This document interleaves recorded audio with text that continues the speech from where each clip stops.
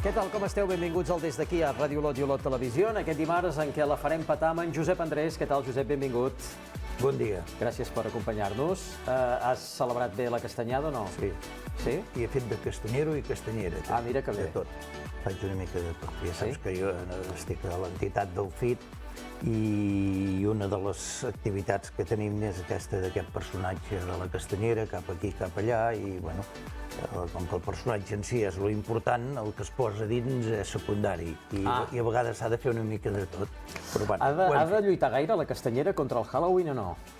No, jo crec que no és cap mena de lluita, només faltaria. I jo ho he dit en molts llocs i moltes vegades, tot és benvingut, però sobretot hem de mirar de nosaltres de conservar les nostres tradicions. Vull dir que és el millor. La millor contra la competència, tu no has de parlar de la competència, si hem de dir competència, però el que has de dir és que el teu és el millor. I en aquest cas la castanyera és el millor. Salvador Ros, què tal? Molt bé. Tu ets de castanyes o de Halloweens? Soc més de castanyes, vaig menjar castanyes i com a bona persona moderna, com que no tenim llar de foc a casa, els vaig fer al forn, com vaig poder i per tant m'adapto als nous temps. Molt bé, i van sortir bones o no? Sí, no tant com a llar de foc, però bueno, comestibles. Joan Serra Capellera, què tal, com estàs? Molt bé, bon dia. Tu, en el teu cas, jo diria que tu ets de castanyada, no? Sí, clarament. Clarament. És impossible blindar les nostres tradicions, no? Bé, depèn de nosaltres fins a cert punt, no? Vull dir, és impossible que no ens vinguin inputs de fora, però el que hem de procurar és no perdre'ls de dins, com ve d'ell, no? La identitat, ja està. I en aquest sentit, si ho fem, ho preservarem. Si no ho fem, no ho preservarem, no? No hi ha gaire més secret que aquest, no? De fet, no deixa de ser curiós la quantitat de gent que ha decorat la casa aquests dies amb motiu del Halloween i la quantitat de mainada que s'ha anat passejant, picant portes. Teniu un aparador allà fantàstic, una casa que ja no sé què més hi diu. Sí, va haver-hi tot un circuit de cases que la gent voltava i per tant, s'han sumat a aquesta iniciativa. I el Pla de Dalt, 3/4 el mateix. Sí, suposo que sí. Que ja s'ha convertit en un clàssic i un punt de trobada pel jovent. Bé, senyors, ahir no sé si vareu seguir la compareixença de Carlos Mazón, especialment esperada. Tothom ha arribat a la conclusió de que ha dimitit, però jo no sé si vosaltres teniu la sensació de que ha dimitit. Ho sabem perquè realment ha escrit ja la carta de renúncia, però la paraula dimissió com a tal, ell no la va fer servir. Ha dimitit com a president, no convoca eleccions i apel·la al Partit Popular i a Vox a trobar-li un substitut. Anem a escoltar alguns dels fragments d'aquesta seva intervenció i anem a analitzar-los. D'entrada, com diem, la paraula dimissió no va sortir de la seva boca. Les puedo asegurar que por voluntad personal habría dimitido hace tiempo. Ha habido momentos insoportables para mí, pero sobre todo para mi familia. Creía de corazón que me sería más fácil demostrar desde esta atalaya lo que ocurrió en la gestión de la emergencia, la información de la que no dispusimos, las ayudas que no llegaron, y sobre todo, que podría ayudar a levantar esta tierra después de la devastación. Però ja no puedo más. Ja no puc més són segurament les paraules que ahir destacaven més mitjans de comunicació com a titular. Ell, com dèiem, en cap moment va utilitzar la paraula dimissió. Qui vol obrir el meló? Qui comença? Josep, va, dispara. Bueno, la veritat és preocupant que hi hagi gent que amb responsabilitats com aquesta actuïn d'aquesta forma. Hem estat un any, estem parlant aquí de 329 víctimes, em sembla, si no m'equivoco, a part dels desastres materials que hi ha hagut aquí, i que no se sigui prou valent per assumir responsabilitats. Perquè, esclar, jo veig que al final diu jo m'he equivocat però no sóc una mala persona. Esclar, cuidado, què vol dir això? Jo si foto un tret a una persona i la mato, dic m'he equivocat i no sóc una mala persona. La veritat, trobo una cara dura impressionant. Deixem estar aquí el color que representa aquest senyor, el color polític. Però tot això suma, per mi, i sap molt de greu, aquesta desafecció o aquest desencís que tenim la societat en general sobre els polítics, perquè això per mi és impresentable totalment. Salvador. Sí, bé, sembla que era la crònica d'una mort anunciada i que tothom ho sabia i que penso que que ell havia de plegar era, jo crec, un clam unànime, no?, per totes les parts. Quins interessos l'han mantingut per perpetuar-se durant aquest any? Bueno, no ho sé, dintre del PP valencià doncs, hi ha diferents opinions, diferents candidats de com s'ha de reconduir, però jo crec que hi vaig seguir una mica la compareixença i, ostres, no donava credibilitat al que estava sentint, perquè dius, ostres, una persona, després de les víctimes que hi va haver-hi, de tot aquest procés, encara ell aparèixer com una víctima, dius, ostres, i a més no reconeixent els errors que es varen cometre, parlant del govern de l'Estat de que no havia fet res, que els havien deixat, és un personatge que va de mentida sobre mentida i, per tant, encara no sabem aquell dia què realment va fer. Vull dir que si estava connectat, si estava desconnectat, hi ha un lapsus de temps que ningú sap i ni ell n'ha dit allà on havia estat. Per tant, ostres, l'evidència és aquesta. Vull dir que estem parlant d'un munt de persones, de víctimes humanes. Vull dir, ja em penso en una de tertúlia i vaig dir, segurament el desastre econòmic i l'iguat no es podia haver evitat, però segurament moltes d'aquestes persones avui estarien viues si realment s'hagués actuat en conseqüència i s'haguessin practicat uns protocols. Per tant, ostres, com diu en Josep, se'n pot anar a casa de Rosita sense que hagi passat res. No, jo crec que té una responsabilitat a darrere, no sé si penal, o si com a mínim política, i per la meva opinió també penal, d'aquesta persona ha de pagar a ell i al seu govern. Vull dir que, ostres, es va actuar amb negligència. Joan. Bueno, la veritat és que fa mandra parlar d'aquest senyor, no? Perquè se n'ha parlat tant i se n'han dit tantes coses. Jo diria que el que ahir va fer va ser un acte de covardia. Només els covards fan el que va fer. Cosa molt pròpia, però del perfil polític d'aquest personatge i de qui representa políticament. Vull dir que la dreta dura, generalment, davant dels conflictes, el que fan són actes de covardia i d'acusació de l'altre, no? O actes de violència, propi de grups com Vox o determinats sectors del PP, no? I, per tant, ahir no era res més que això, que el reflexe del que és propi de la ideologia d'aquesta gent, un acte de covardia davant de l'evidència. I no hi ha res pitjor que negar allò que és evident. Vull dir, aquest senyor ha comès un acte, per mi, delictiu, clarament delictiu, que és la omissió de funcions amb un càrrec públic, en el qual el càrrec públic t'obliga, per funcions, a fer unes determinades coses. Quan tu no exerceixes allò que la llei t'obliga a exercir, això és punible judicialment. Passa que ja ha fet el PP. El PP s'ha protegit de que això pugui tirar endavant. Primer de tot, per això no dimiteix de cap càrrec, perquè, entre altres coses, continua jugant el tema de la immunitat, cosa que ja és vergonyós i indignant fins a un punt. Perquè es queda de diputat. Es queda de diputat, amb la qual es preserva tota la impunitat. Això és d'una indignitat enorme. Bé, les enquestes diuen que el PP continuarà guanyant a València. El drama està servit, no? Vull dir que vam veure tot el que va passar a València. Sí que ara és un tema de que hi va haver-hi un aiguat que no es podia solventar el que passava, sí que les morts es haguessin pogut solventar, però també perquè des de, si no recordo malament, el PP porta 22 anys governant a València i en 22 anys, bé, varen fer un parc temàtic fantàstic que se'n va anar a la ruïna on es pensaven que tots es farien d'or i resulta que no se'n varen fer-ne. O altres projectes com Marina d'Or, per exemple. Com Marina d'Or. I la construcció mal construïda sobre el territori té un culpable directe, que és el PP.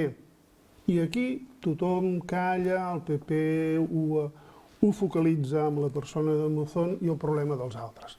És l'acte de covardia sobre una gestió política ineficaç i indignant a totes. Val a dir, però, que les enquestes diuen que continuaran guanyant. Com us ho expliqueu, això? Bé, no sé, digues. No. No dic. L'altre dia escoltava la retransmissió del partit de futbol entre el Barcelona i l'Elx. I el locutor deia, diu, ho podeu sentir també en català, en valencià, i aquí és on a mi els cables se'm van creuar totalment, perquè que jo sàpiga el valencià no és una llengua. La llengua és el català i que té diferències dialectals, una d'elles el valencià. El convenciment que el valencià és una llengua fa que d'alguna manera el sentiment de soc jo i som nosaltres en contra de, això té molt de vot a València. I això la dreta ho ha sabut jugar-ho fantàsticament bé. I l'altra cosa és que l'estructura econòmica valenciana i sobretot l'estructura urbanística valenciana està en mans de qui està en mans i el poder està en mans de qui està. I per tant és difícil que mentre 100.000 persones surtin al carrer i tu estiguis a casa teva tranquil·lament i el que vegis per la televisió sigui una corrida de toros, la informació sobre la realitat és molt manipulada a València. Sí, jo crec que és molt complex. Com deies, la societat del País Valencià és complexa. Durant molts anys ha governat una dreta que l'anticatalanisme ha venut molt, vull dir que se n'han, sota aquest concepte, els ha permès tapar moltes coses, però jo crec que hem de fer una reflexió, vull dir que el PP ha governat a València i tenim uns estralls que els hem vist, vull dir, d'una societat valenciana que en molts conceptes no hi estaríem massa d'acord, almenys personalment.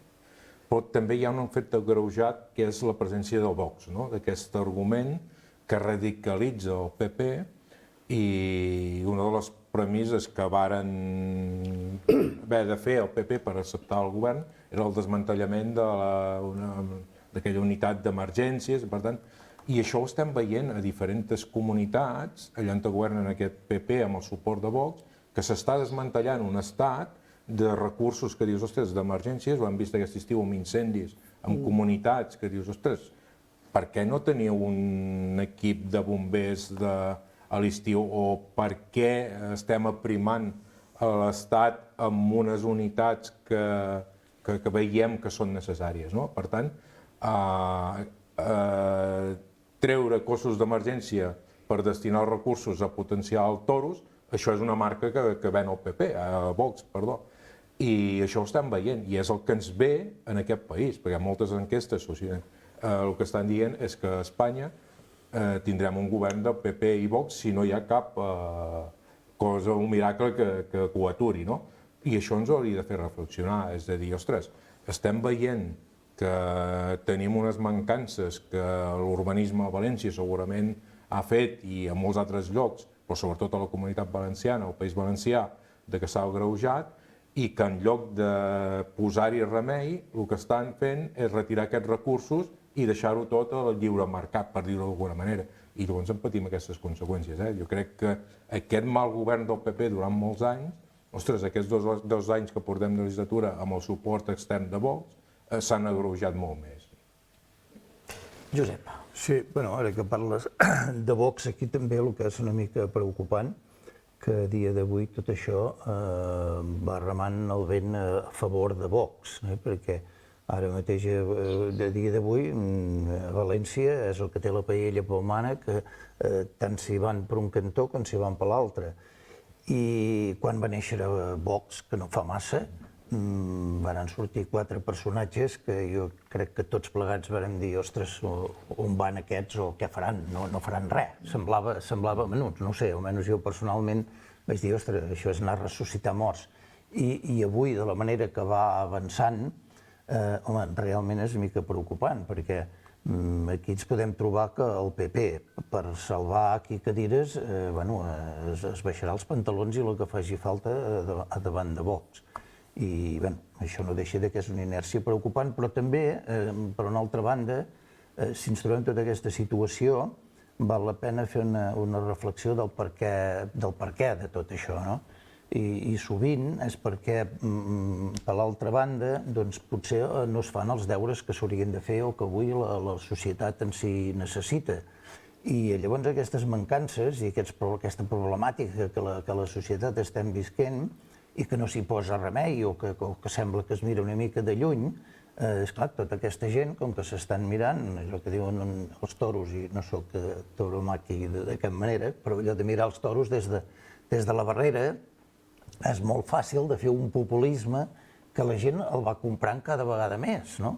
Perquè, esclar, com que els problemes hi són, i tots aquí ho sabem, problemes d'inseguretat, problemes amb la vivenda, totes aquestes coses, això va sumant, surt aquí algú a vendre que tot això té la solució i té la vareta màgica, i per l'altra banda veiem que s'estan dient coses que no es fan.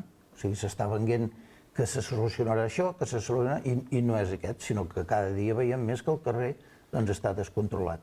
I ara aquí podem en vaig una mica del tema aquest, però ho he focalitzat pel tema que ha sortit aquí, que dic, bueno, si fins ara ens preocupava potser en aquesta hegemonia que hi havia tradicionalment de la dreta, que és representada pel PP, ara potser ens anem a buscar una hegemonia marcada per l'extrema dreta, que és Vox, que per mi és pitjor que l'altre.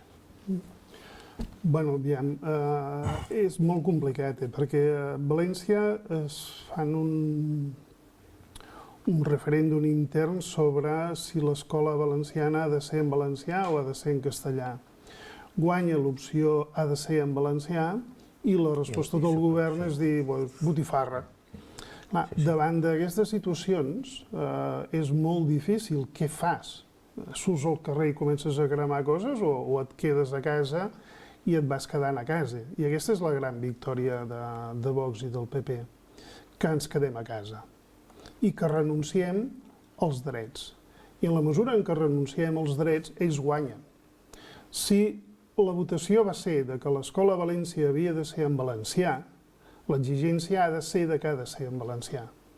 Si qui ho ha de portar-ho endavant fa el que li passa pels nassos, si jo em quedo a casa, ell haurà guanyat. I, per tant, el govern continuarà fent absolutament el que vulgui. I l'última cosa, per això, perquè jo no sé si la podem anar parlant del cas Mazón, però és que ja no m'entusiasma gaire més. Però penseu una cosa, eleccions holandeses. Extrema dreta al govern, que ha demostrat una ineficàcia enorme de gestió política i econòmica del país, noves eleccions, els liberals progressistes.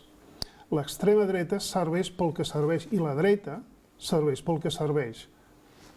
Per fer que l'escola valenciana no sigui en català, però en el moment de governar ser molt més ineficaç que altres opcions. L'exemple d'Holanda és paradigmàtic. I no estem parlant, i parlo d'Holanda perquè Holanda és la 5a economia europea.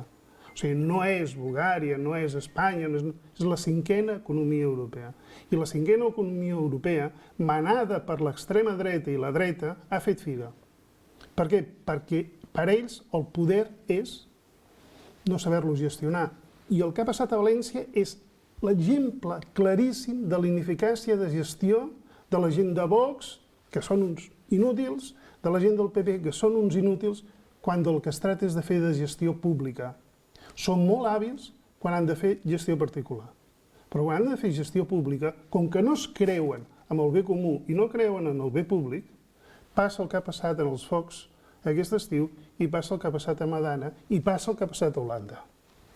Sí, i jo aquí penso que, seguint aquest fil, diguéssim, tenim molts exemples al Regne d'Espanya de mala gestió de les dretes. Vull dir, des del prestigi dels idillos de pastirina del senyor Rajoy a l'accident del metro de València, que ningú ha assumit responsabilitats, i podem anar dient aquesta llarga llista de desgovern o de mal govern de les dretes. Però sembla que no els hi passa factura o no tenim aquesta memòria de dir, ostres, el que deies, quan la dreta a nivell particular gestionen el seu patrimoni, segurament ho fan molt bé, però quan gestionen el patrimoni de tots és nefast i ho estem pagant. I és que és una bestiesa, vull dir, 229 persones mortes al País Valencià. Vull dir que aquests dies que hi ha hagut l'huracà a Cuba ha passat pràcticament amb poques víctimes. Em penso que n'hi ha hagut alguna, però dius, ostres, el País Valencià, que estem aquí a 3 hores en cotxe o amb tren una mica més.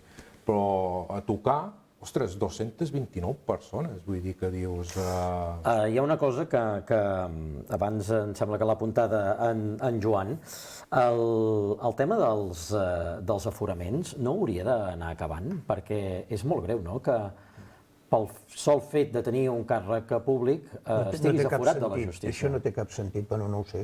És perquè allò que diuen està posat... És una bula, no? S'ha posat aquella i es va seguint amb allò perquè ja els hi va bé, però per mi no té cap sentit, em sembla a mi. Bé, és allò de que tothom és igual davant de la llei, doncs resulta que no. Resulta que no. Bé, jo penso que... Tenim el cas del rei emèrit, vull dir que ja ho tenim. No sé si els aforaments o no, però en aquest país la justícia, des de l'època d'en Franco, crec que no ha evolucionat. Vull dir, crec que és l'estament que més clarament s'ha quedat retrasat amb l'avenç. Vull dir, la justícia en aquest moment, per manca d'efectius, però també per una mentalitat, jo crec que molt dretana i en conservar el seu estatus, jo crec que en aquest país la revolució pendent que queda és del sistema judicial. Bé, doncs veurem com acaba tot plegat. Hi ha un altre tema que també em feia especial il·lusió saber què en penseu, perquè la Generalitat ha presentat un pla per agilitzar tràmits, millorar l'atenció i l'ús de la intel·ligència artificial a les administracions. El principal objectiu és agilitzar el funcionament de la funció pública. Són les principals mesures dels experts per tal de reformar l'administració, que ja sabeu que és un d'aquells temes, el famós tema de la burocràcia que porta de corcoll amb qui parlis. Salvador. És evident que l'administració pública s'ha d'adaptar als nous temps i que la burocràcia, que penso que hem portat el país a uns nivells de burocràcia excessius, això s'ha de modificar, perquè si no, crec que molta gent que està en aquests moments patint algunes de les conseqüències, que no serveix per res, però la seva solució és votar a l'extrema dreta perquè aquests ens ho arreglaran tot. No, per tant, jo penso que hi ha d'haver-hi un procés en què s'han de simplificar molts dels tràmits. Però en aquests dies n'hem viscut un, que és, diguéssim, abans, quan tu demanaves la llicència d'activitats per obrir un comerç, doncs et feien la inspecció. Ara fas una declaració certificant que compleixes en totes les normatives i estem veient que no es compleixen. Per tant, en tema de retolació en català, algú signa un document que compleix la normativa, però ningú ho comprova.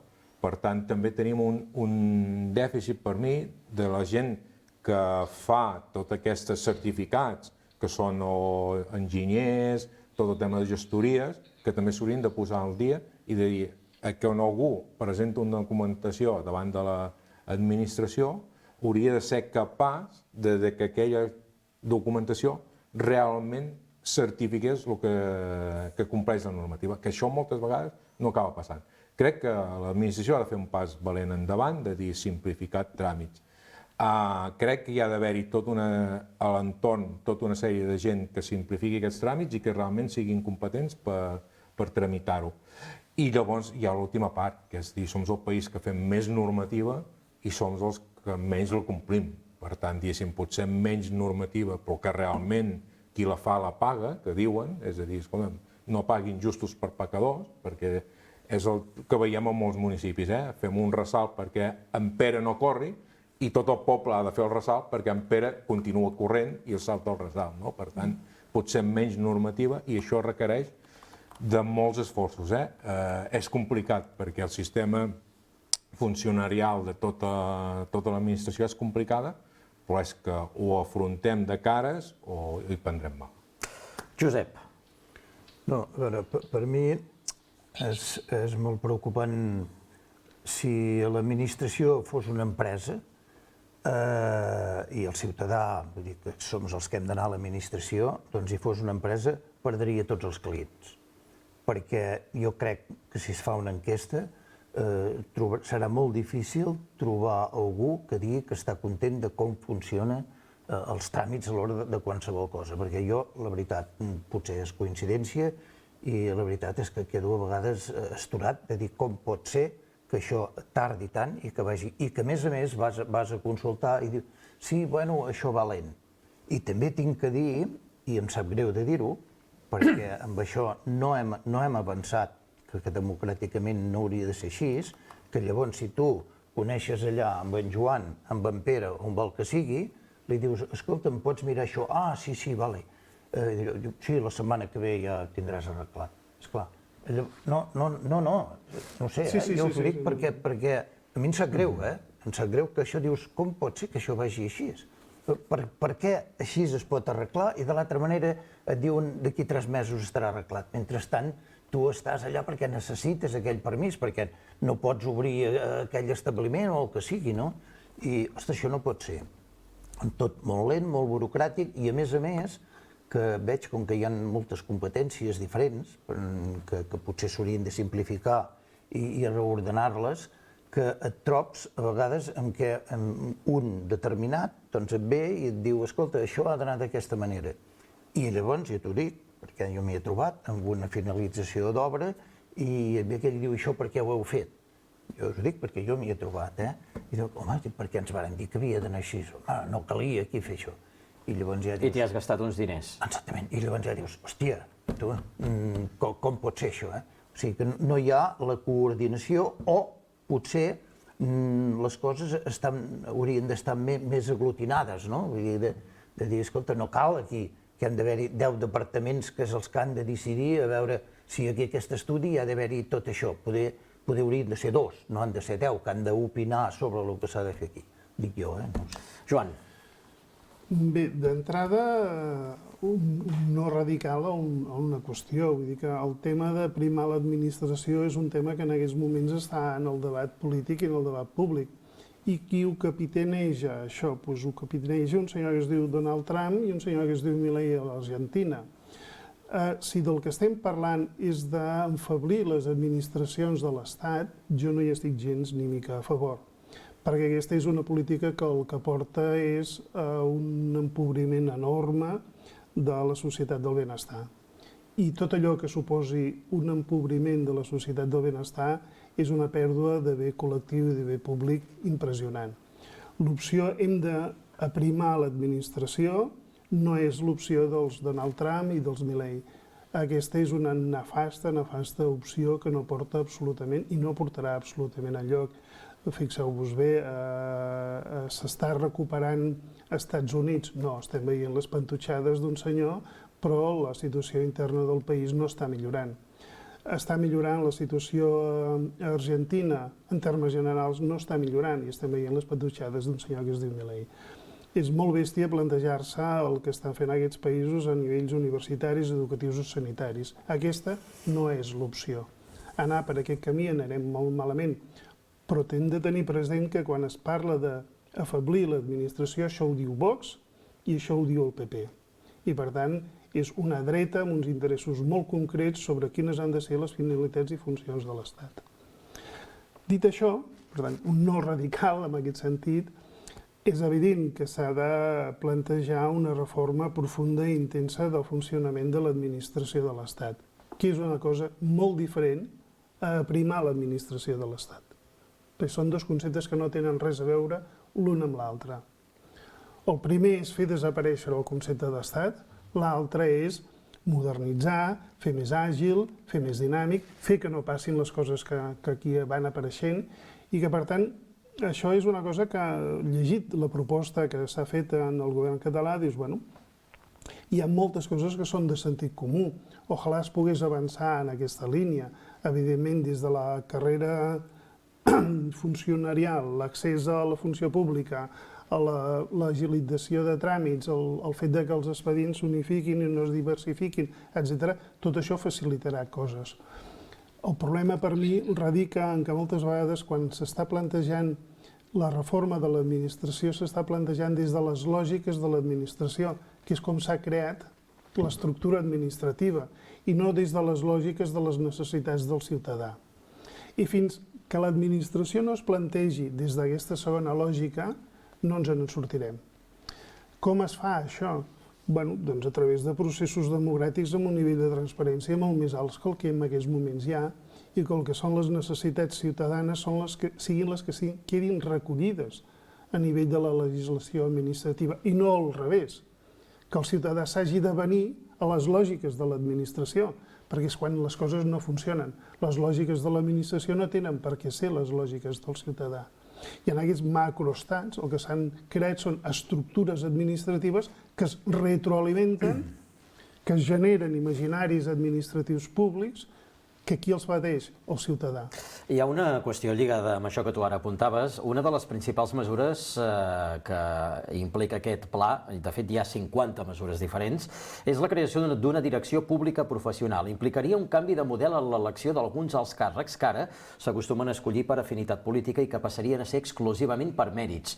Suposaria, per tant, que els directors generals, directors de serveis i directors del sector públic passessin a ser escollits basats en la meritocràcia.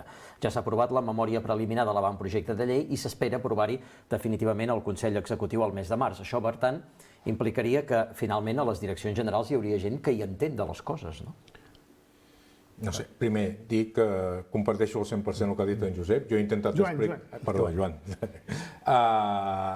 Jo no he sabut d'explicar-ho tan bé, però aquests dos principis, diguéssim, crec que l'administració ha de fer un pas en la modernització i en la prestació dels serveis, i no sé si s'ha de primar o no, però no amb la voluntat de que fa, i ho diu l'extrema dreta, d'aniquilar. Aquest país, com menys administració hi ha hagut, és quan s'han fet les més grans barrabassades i podem mirar la Costa Brava i podem mirar Condelló. Quan aquelles bestieses s'han fet quan l'administració o els ajuntaments no tenien cap mena de recurs. Sobre aquesta part que dius, potser sí, no ho sé, no ho tinc clar. Fa un temps es va fer una petita modificació en què els directors de serveis territorials de la Generalitat havien de ser del cos de funcionaris. Clar, això que no vol dir el que aquí prometeix, que sigui un cos professional i que, per tant, quan un govern entri de nou, pel que he entès, que un director general o un subdirector general doncs no canviï. Clar, aquests passos que s'han fet, jo crec que tampoc varen servir per agilitzar o per professionalitzar. Clar, com ara, què es troben ara? Que amb tots els governs que hi ha hagut darrerament, des que s'ha aprovat aquesta mesura, que la majoria de directors de serveis territorials són mestres. Per què? Perquè han de requerir d'una categoria i allà en és més fàcil pescar, els que la tenen són mestres. Esclar, això vol dir que hi ha una sobrerepresentació en molts estaments d'una part de funcionaris que segurament no acaben de tenir clar quina és la seva funció. Per tant, no ho sé. Per una banda hi veig coses positives, però per l'altra l'experiència dels últims temps tampoc és que hagi sigut gaire reeixida. I crec que no som la Gran Bretanya, que allà el sotogovern continua i antic qui ha sigut la sèrie famosa del primer ministre, en què veiem que manava més el cap de gabinet que aquell es anava perpetuant i anava siguent sempre qui manava. No sé, crec que té coses bones i coses dolentes, per tant, no sabria dir. Però aquí sabem, i és lògic que està funcionant així, que molta gent ocupen llocs perquè toca, perquè li toca i perquè aquell color polític té una sèrie de cadires que li toquen amb ell i ha de col·locar per amiguisme o pel que sigui. Vull dir que això no podem negar-ho perquè està passant i s'està visualitzant. I això, clar, evidentment, llavors fa molt de mal, perquè vull dir, si jo em poso amb una construcció que sigui de cap de fusteria amb un senyor que no ha fet de fuster, el més segur és que aquest senyor tingui problemes. I ja sé que, per l'altra banda, tota aquesta gent tenen el seu equip d'assessors, que també a vegades queda operat, com veus la quantitat de gent que en diuen que són assessors d'aquell càrrec realment que és el que es visualitza, però els altres són els que fan la feina. Jo a vegades penso, home, si hi ha una persona que està cobrant també i està representant un càrrec determinat i necessita tants assessors, no sé si aquest senyor potser és el que realment hauria d'estar ocupant aquest lloc. I això avui està passant i està passant en tots sentits i en molts de llocs.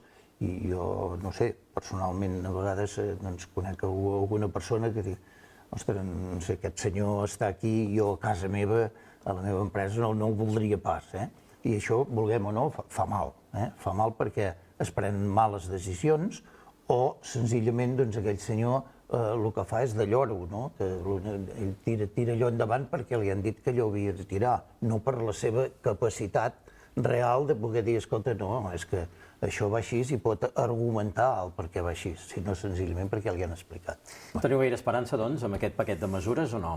Jo hi ha un tema, si em permets, que no l'he mencionat, i per mi, quan demanaves si el càrrec havia de ser càrrec polític o havia de ser càrrec professional, hi ha un tema que en alguns moments ha aparegut, apareix molt poc, entre altres coses, perquè el cos funcionarial és enorme i té molt poder i té molt vot, que és la carrera professional. Moltes coses s'acaben a partir de la carrera professional. Vull dir, el fet de que tu accedeixis a un lloc de treball universitari, sanitari o d'hisenda, o de correus, és igual, en el qual tu puguis perpetuar el teu lloc de treball al marge de la qualitat del teu exercici professional i que, per tant, els sistemes d'avaluació sobre el rendiment professional siguin pràcticament inexistents, però també sigui pràcticament inexistent la carrera professional. O sigui, has tret el tema dels mestres, però tu comences de mestre i mors de mestre. I pots haver estat el millor mestre del món, però la teva carrera professional és zero. Per tant, el tema de la carrera professional és un tema molt important, perquè és el tema que d'alguna manera ens permetria poder fer més eficaç el sistema del treballador públic. Si el treballador públic té la possibilitat d'accedir a millores professionals a partir de millora en el seu... No, de millora no, d'un rendiment positiu i correcte, demostrable de la seva feina, l'exercici professional canvia moltíssim. Si, com succeeix en alguns països anglosaxons, el fet que tu estiguis treballant en l'universitat suposa, passis de que, per exemple, en aquest país això que ara explicaré s'ha pervertit d'una cosa enorme, perquè ara tothom publica el que sigui, no sé quantos, per obtenir uns punts per mantenir el no sé quantos, i els mateixos professionals t'expliquen que això és d'una perversió enorme, però en molts països anglosaxons tu mantens el teu lloc de treball a partir de demostrar al cap de X anys, els que siguin 4 o 6, que tu has fet una aportació significativa sobre el teu terreny de coneixement i que la teva valoració a nivell d'investigació i docència és la que es correspon al lloc en el qual treballes. I si això no és així, doncs ho sentim. Clar, això és carrera professional. Això és millorar l'exercici de la funció pública. Però això és el que passa o hauria de passar a les empreses privades, no? Sí. A la privada funciona una mica així, eh? Sí, no és que funcioni... Tampoc és la panacea, però l'empresa privada ha de tenir les lògiques de la privada, però jo diria que l'empresa pública en aquests temes ha de ser molt més enllà de l'empresa privada, perquè no hi ha més bé que el bé públic. Tindria que ser, però com que no hi ha la responsabilitat... O sigui, tu estàs ocupant un lloc en una empresa privada i els números no surten i les coses no van per allà on haurien d'anar, esclar, et passen la factura perquè al cap de l'any tot allò no ha sortit. Esclar, a la pública no passa res. Aquell senyor, la seva incompetència, la paguem tots els ciutadans, però no passa res. I llavors, perdona, només un incís i ja està, el que deies tu molt bé, i el tema del mestre. Molt bé, aquest mestre que pot ser molt bo, si realment aquest senyor vol pujar esgraons a dintre de la societat, i ho dic perquè conec casos, aquest senyor, llavors, a part de la seva vàlua, el que té que fer és afiliar-se a un partit polític. I si aquell senyor, aquell mestre, aquell bon mestre, està afiliat a un partit polític, doncs llavors se l'obriran les portes. I si no, pot ser tan bon mestre com vulguis que no serà així. No, jo ho deia en el sentit que perquè ocupar determinats càrrecs de lliure designació, com pot ser un director de serveis territorials, requereix d'una titularitat d'un A1. Per tant, A1 és una classe funcionarial que la majoria dels que són mestres. Anàvem aquí en el dit de ficar el meu exemple de mestre. Per tant, que hi ha molts bons funcionaris però no tenen la categoria 1 que es requereix per ocupar determinats llocs de l'administració. Per tant, ho deia en aquest sentit. També hi ha una cosa que és evident. Ara que hi ha hagut diferents governs d'alternança a Catalunya, veiem directors generals que ho eren a l'etapa encara d'en Jordi Pujol, Vull dir que els bons professionals polítics travessen fronteres polítiques, perquè diguéssim, des d'en Ramon Lamiel o en Delors que es va jubilar, vull dir, són gent que venien de l'etapa del govern d'en Jordi Pujol i han tingut diferents etapes i canvis de partits polítics i la seva professionalitat l'han mantingut continuant desenvolupant la seva tasca dins del govern. Per tant, jo penso que dius, ostres, a l'administració pública hi ha bons professionals i bons tècnics que, per tant, perduren i ara el govern d'Illa diria que hi ha molts directors generals de l'època d'en Pere Aragonès que s'han mantingut en el càrrec. Per tant, jo crec que algun mèrit deuen haver fet, no? I que segurament hi haurà un canvi de govern, a Junts o qui sigui, i que molts d'aquests casos continuaran. És evident que l'administració pública no ha de ser una empresa privada i que l'empresa privada regeix per uns altres requisits, però cada cop més veiem l'empresa privada que agafa més vicis de l'administració, els mals vicis de l'administració pública, perquè si anem a comprar un telèfon mòbil a qualsevol botiga, la paperassa que ens fan emplenar de dir tot el d'això, jo penso que és un mal copiat de productes segurament de normatives, però diguéssim, cada cop més les empreses privades, abans que dius, ostres, jo treballava en una empresa de fusteria, que érem 40 treballadors, i teníem un encarregat, i tots sabíem el que havíem de fer. Avui en dia te'n vas a una empresa, hi ha 10 treballadors, 5 encarregats i 20 a l'oficina. Per tant, això també és una desvirtuació que crec que les empreses privades tampoc, evidentment, que regeixen per un altre camp. I si no surten els números... Per què forçosament s'ha de ser funcionari de carrera per ocupar determinats càrrecs? Perquè això dona la impressió de que ja pel sol fet de ser funcionari de carrera ja ets un crac i segurament moltes vegades trobaríem molts exemples que demostren que això no és així, no? Sinó que hi ha molta gent que podria, sense ser funcionari de carrera, ocupar llocs de responsabilitat i que segurament ho faria millor pels seus coneixements, per la seva manera de treballar, per la seva manera de funcionar. No és una diguem-ne, barrera una mica perversa, aquesta? Jo és així, que en aquell moment que es va viure, abans, no fa 25 anys, no sé quan va ser l'acord, hi va haver-hi un acord entre les forces polítiques i els sindicats d'imposar que els directors de serveis territorials havien de ser a la carrera funcionarial. Va ser una negociació col·lectiva perquè es pensava que així milloraríem la qualitat d'aquests polítics. Clar, però en base a què? No sé, en aquell seu moment això es va creure. Suposo que hi havia això, el que deia Joan, de dir, en Josep, perdó, de que, ostres, venim de mals polítics, de designació a dit de molta gent, i per tant això es va creure en el seu moment, que es frenava aquesta decisió a dit i que, com a mínim, la gent que es designava tenia uns coneixements. Jo crec que va ser una mala decisió. Jo diria que no tota l'estructura funcionarial ha de ser a base de carrera de funcionariat. Vull dir, sustentar tota l'administració pública en aquesta lògica, jo diria que és una lògica perversa que no porta absolutament enlloc. Que hi han d'haver-hi determinades funcions que demanen d'això, sí, sens dubte. Que tot el gruix de l'administració ha de ser a aquest nivell, diria que no. Per això la proposta de dir, aquí que hi hagi, i torno a repetir, quan dir això no vol dir parlar d'empresa privada, sinó de la qualificació màxima de l'empresa pública, i buscar la qualificació màxima de l'empresa pública vol dir processos d'accés, processos de formació, processos de permanència, processos de promoció, plantejar-los a partir de criteris professionals i que no tot s'ha de sustentar en carrera professional. Ara bé, això que acabo de dir, és probable que sortint d'aquí tingui els sindicats que em tirin tomates a sobre. Josep, tanques tu. No, bueno, jo crec que ja s'ha explicat tot molt bé. Ara m'has dit una paraula aquí que l'última no m'hi voldria enganxar, amb el tema dels sindicats. No, era una broma. No, ja. No, que també hi ha molta feina per fer des dels sindicats que crec que no es fa. I, bueno, el que passa que sempre seria... L'administració és l'empresa més important que hi ha i la que tots en tenim beneficis o en tenim repercussions negatives. Per tant, seria molt important que hi haguessin els millors, però també sabem molt bé que hi ha molta gent que no els interessa estar a l'administració i es queden a la privada.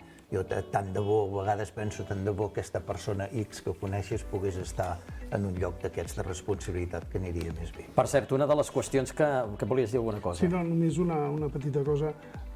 Moltes vegades quan es fa aquest plantejament similar al que he fet així, es diu que això és un plantejament liberal sobre l'administració pública. Jo diria que un dels grans errors que ha comès l'esquerra sobre l'administració pública és creure's justament el contrari. I que aquest plantejament sobre la professionalització de la funció pública no és un criteri liberal, és un criteri plantejat a partir de la qualificació de l'administració pública. I aquí és un debat en què l'esquerra moltes vegades no hi ha entrat prou bé. Anava a dir que una de les mesures estrella del grup d'experts és l'eliminació de la cita prèvia i el reconeixement al dret de l'error. De fet, ja hi ha a la tramitació parlamentària una proposició de llei que inclou aquestes qüestions. Així, per primera vegada s'inclou el dret de les persones a rectificar els seus errors davant de l'administració, que això quantes vegades no ens hi hem trobat, de que per una errada després tots els processos s'alenteixen encara més. També hi ha el dret als servidors públics a equivocar-se.